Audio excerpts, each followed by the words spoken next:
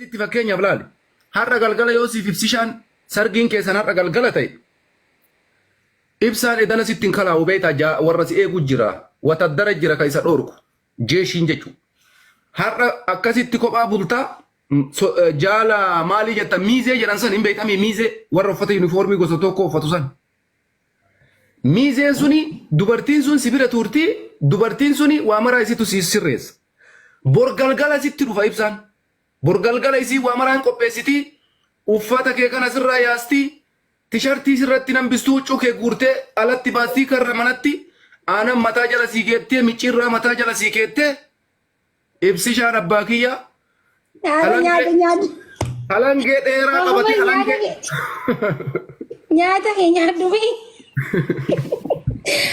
Amat kun kaajaayiba teram bakka. halangee gurraacha dheeraa isaa qabatee sitti ol seenaa ibsishaan. Ara nyaata nyaadhu boo'attara. Wala nyaata nyaata. Nyaa. Kursii godhu jira har'a dalagaan qabu beektaa boqonnaa qaba. Very good.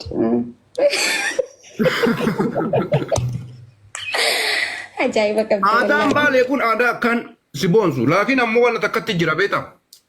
Mallayni ani kafalu gibirri gabbarri jechuun gibira osoo hin taane gabbara dubartii amma yoo si fuudhe kama mataan kun narraa harca'e manaan si gaadha rifeensa guutuu ofirraa guuree jechuudha.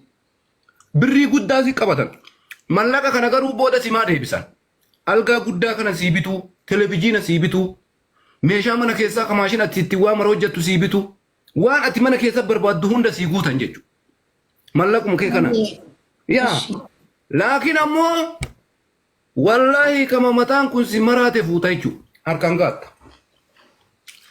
Garuu gaafa galgala san geette gammadi bakka guyyaa sanirraa ati haftaamiidha bakka qabeenya wanni marti boontee jiraattaa maatiin kee gaafsan lafa sii tarakkabaa abbaan kee dhufee mucaa kiyyaa qabeenya kiyyarraa hagana kenneef abbeeraan kee ka ardaa dhufee hagana kenneef gosti dhuftee hagana kenneef birrii ka birrii dhiisi ka birrii hiriyoonni kee akka humna isaatiin si kenna. Fakkeenyaaf ani yoo qabeenya qabaadhee ibsaadhaaf dhoysiisaa birrii 30,000 Itoophiyaa dhoysisuu danda'a. Innis akkasuma gaafa sargii kiyyaa deebiseetuma naa dhoysisaa jechuudha. Harkuma harka jechuuf si galee akkasi akka aadaa baaleetitti akka qumatii keetii akka humna keetiitiin kennita mallaqa. Namoonni fakkeenya mallaqa hin qabne 1,000 kaasee haga 5,000 haga 10,000 haga 20 haga 30 akkasi wallahi dhugama sobaa miti. Kanaaf amma wanni ati gootu guyyaa sargii sarrabbi achiin si haa ga'u maraafuyyuu inshaallah carraa gaarii qabda. Isin lamaanuu warra bareeda wal argatee rabbiin ammallee amma waa'ee tapha keessaniititti haa deebinu. Bunallee na bira jiraattee buna siin buusu.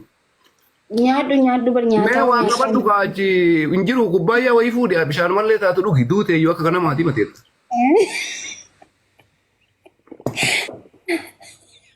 Ajaa'iba qabdi. Atummaan nyaadhu kan geenyu gaa. Dhagee ani amma geemii kiyya beeksifataa jira bar geemii kiyya beeksifataa jira. Guys, geemii kiyya irraa hin hafin hundi keessanuu ammallee irra deddeebisee isin hima.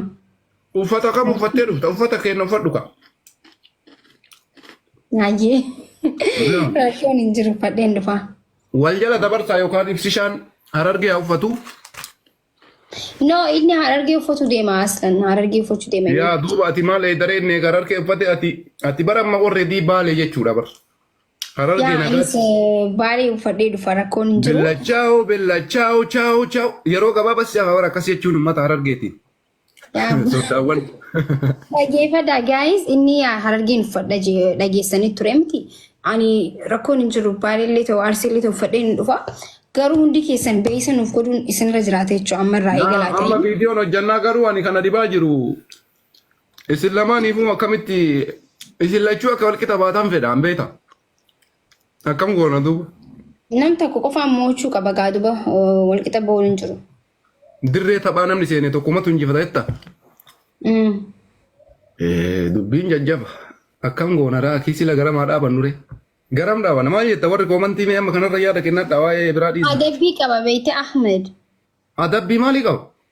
Adabbii qaba waan ta'eefu adabbii san ibsa adabamu irra jiraata. Yaani maal wal adabuu barbaaddan isin? Hiriira bahuu deemna. Akkam dubbii jajjaba. Yaa hiriira bahuu deemna. Dhaadannoo maal jedhu geggeessitan? Inni sirba naanniyyee jiru hin beekta miti. Yaa. yaa warra nageenye file sirba naanniyyee jiru san itti banate suuraa kiyya kun akka kanatti akka meessa jira sa qoy akka agartee maka akka hacee kan akkanatti tolfatee tishaartii irratti tolfatamoo mukarratti laxxafeeti mukumarratti guddisee guddaa mukarratti fannisee akkanatti kanarra guddaa godhee qabatee deema saayiboonni isaa immoo suuraa gaafa biyyatti kaamu ka waraqaan baatu sanii jirami xixiqqoo kana namni torba takki namni 5 isa duubaan qabee deema inni san qabatee naanniyyee kan jirti banatee dandan jechaa deema jechuudha magaalaa keessa. Dandan jira deemanii.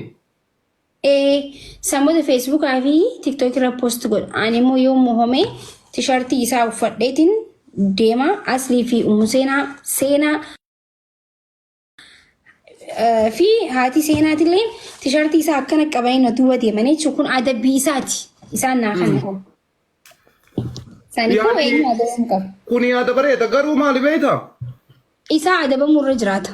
Adabbii kanarratti adabbii kana wayita footoo kana qabattanii deemtan achirratti waa barreessitanii barreeffama maal yaada beektaa fakkeenyaaf jaalalli hinjifataadha waan jedhu akka jedhaa yoo deeman hin danda'amu. Fakkeenyaaf yaani gaa jechuun amma namni yeroo hiriira baanu biyya faranjii kana keessatti abiyyiin akka godhee daawon jennaami fakkeenyaaf.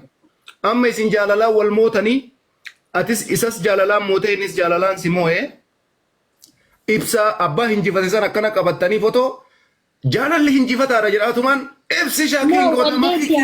Walleetu bareeda wallee bareeda. Walleen akkamitti kaa fakkeenya yoo akkatu barreeffamuma san irrattuu wallee kana yoo barreessitan ta'u.